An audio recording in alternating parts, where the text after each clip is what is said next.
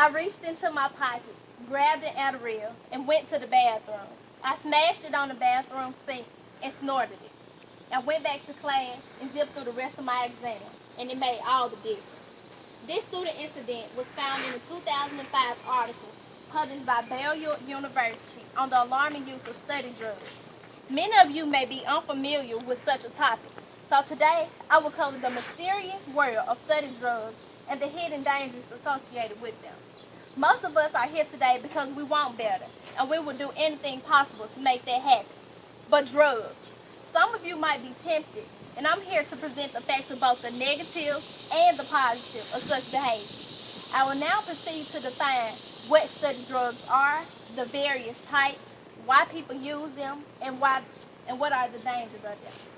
First off, I like to define exactly what a study drug is. Duke University pharmacology professor Cynthia Kahn describes study drugs as informally termed medical stimulants that affect the brain's reward center.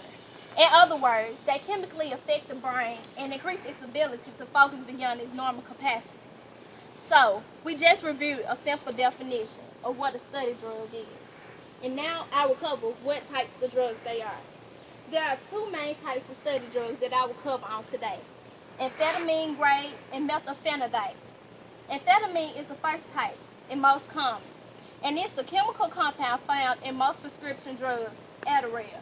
Adderall is typically prescribed to children with ADHD, but unlike its common effects in these children, individuals without ADHD will experience higher energy, extreme confidence boost, and be able to focus higher.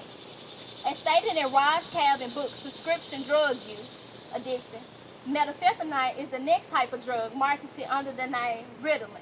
It is similar to Adderall in various ways in how it affects the brain. For it is a stimulant compound that affects the motor activity of the central nervous system. So, those are the most common types of study drugs. And now to explore why non-ADHD people use them. According to the article, students use such drugs to keep energy for difficult study periods that could usually last overnight. Sometimes, these students take these pills to combat their own delay and gain an extra edge over those who are too tired or too distracted to study. Schools that are highly competitive and cutthroat have rapid rates of study abuse because students feel that pressure to maintain high academic standing no matter what the cost. So, I just covered why students resort to such measures, but I must inform you of why there are some not so pleasant side effects. To begin, a drug is a drug, and it has its potential to have harmful and addictive measures. Various studies prove that stimulants such as amphetamines and methylphenidate can cause physical problems. Rod calling a prescription drug addiction writes that high doses of stimulants can cause irregular heartbeat, high blood pressure, which can typically result in high blood pressure, heart failure, or stroke. Furthermore, those who take stimulants without prescription usually do not know how much to take, so they mistakenly take more than they are supposed to. Also, withdrawal symptoms have been noticed to individuals who no longer get the stimulation that they need. All sounds fun, right? Plainly put, there are ill side effects to taking drugs. Not that this should come as sharp surprise to anybody. In review, we learned what study drugs are, the types of drugs there are, the cons and pros behind them.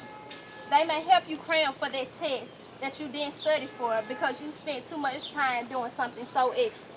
But they also pose a great risk to your health and could have the potential to cause you a legal problem. Just like cocaine, crack, and meth, study drugs like Ritalin and Adderall can be addictive. So they can make you smarter, but they can also kill you. Thank you.